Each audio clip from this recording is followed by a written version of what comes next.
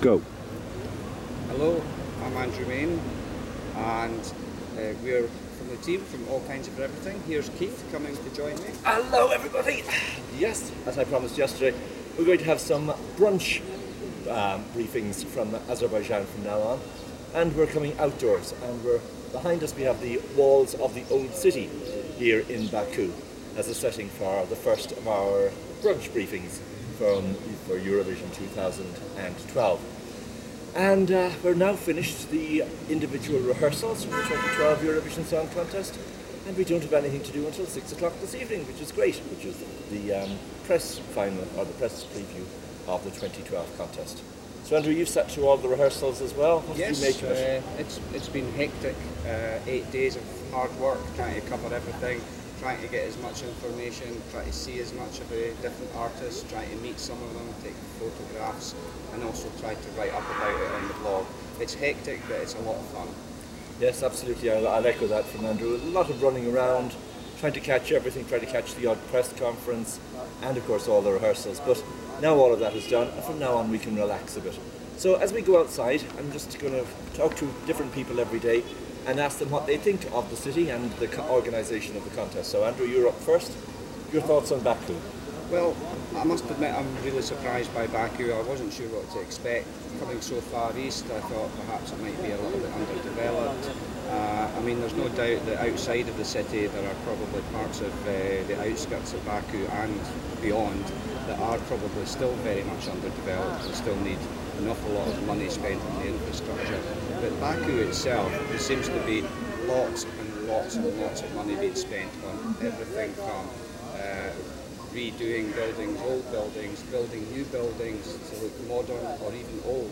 A lot of work's been done in the centre of Baku probably in the last couple of years and still happening right as we speak. Also landscaping, squares, gardens, trees everywhere, it's all absolutely luscious and beautiful. You can't fault them for making the place look amazing. And they seem to spend money on things like lighting up their buildings, very much seem to love lighting up their buildings. All the new buildings are well lit up. There's the Flaming Towers where we get a nightly display of different things going on to the towers. The Maiden Tower, which of course is an ancient tower in the old city, currently has an art exhibition going on, which also has 3D images moving on the Maiden Tower from artists from all over the world. It's just a fantastic place, and the people, they're so friendly, they couldn't be more helpful. Yep, I like all of that. I must actually get a late night video of the Maiden Tower as it's being lit up and explain what's going on down there, because it's simple but it's very, very effective, and it's really brightens up an ancient corner of the city with a bit of new modern life. The organisation of the Eurovision, I think, has been, well, it started a little bit shakily, I think. Yeah, there's no doubt about that. There was a little bit of disorganisation at the start, but all the sort of things you expect to be in place, such as shuttle buses, where to go for the accreditation, nothing was very clear. The shuttle buses were non-existent and only really kicked in probably on day 3, and now they're absolutely perfect. There's no problem getting back and forward from the city to the venue.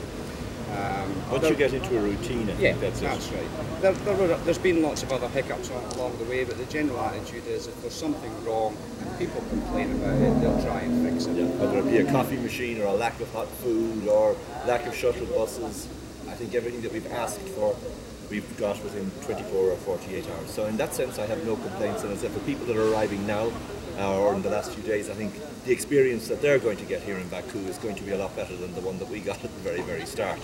So, having seen all 42 songs performed in 2 separate rehearsals, I'm going to ask the guests that I'm having this week to name their winner and maybe a little backup as their second choice as well. So Andrew, you're up first. 42 songs, only one winner.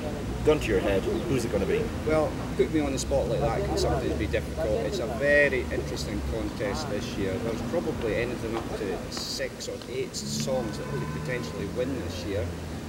But my number one, by a long way, I think it's going to be not a runaway winner, but I think it is going to win, and that's Italy. I really love the Italian song before I came out. I love Nina Zilli as a singer. She performs the song here in Baku absolutely spot on. the delivery, the staging of it, what she's wearing, her voice, it all is absolutely stunning. And it's such a catchy tune. I really can see people going, wow, we're going to see this on the stage. If she doesn't win, a backup, perhaps. Yes. I think the standard ones for me are some of the Eastern Bloc countries, such as the Russian grannies, could have a chance of winning it, although not an awful lot of people really like her song 100%, but they are cute. I would say Serbia, once again, he's a very strong artist from Serbia. He's done it before, people know him really well, and he could also perform. He's performing his song absolutely spot on as well. And perhaps, for a bit of fun, the Ukraine, because it is a really stunning staging of their song, and it's very catchy. Okay, I asked you for one with one backup, but we got four. I think exactly. That's Andrew's way to do it. And I probably got it. If I just put a gun to my head, I'd probably try and get out of it like that as well. It's a very, very open contest. And one thing I will say, and going around at the party last night, we were at the Israeli party, which was a very, very good party, by the way. Really made up for a rather poor welcome party the previous evening. But chatting to people, one thing that I keep saying is what a good contest this is. You know, really, really strong contest. And people are saying that last year's winner would probably have struggled to make the top 5 this year. So when we know the draw and when we see who qualifies, well then we might be changing our opinion, but we'll see. And as I said, today's schedule is 6 o'clock until 8 o'clock, which will probably that's probably an ambitious schedule. That's when we have the what's known as the press rehearsal. Only the press can get into that one, and delegations and people like that. But they never run on schedule, no matter where they are. So God knows when that's going to finish.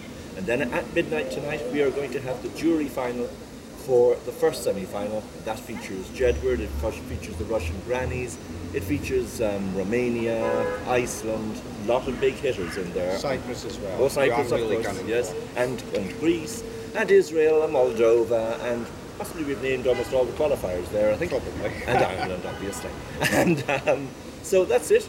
We'll have another brunch briefing tomorrow, and we'll give you our thoughts on seeing the first run-throughs of the first semi-final.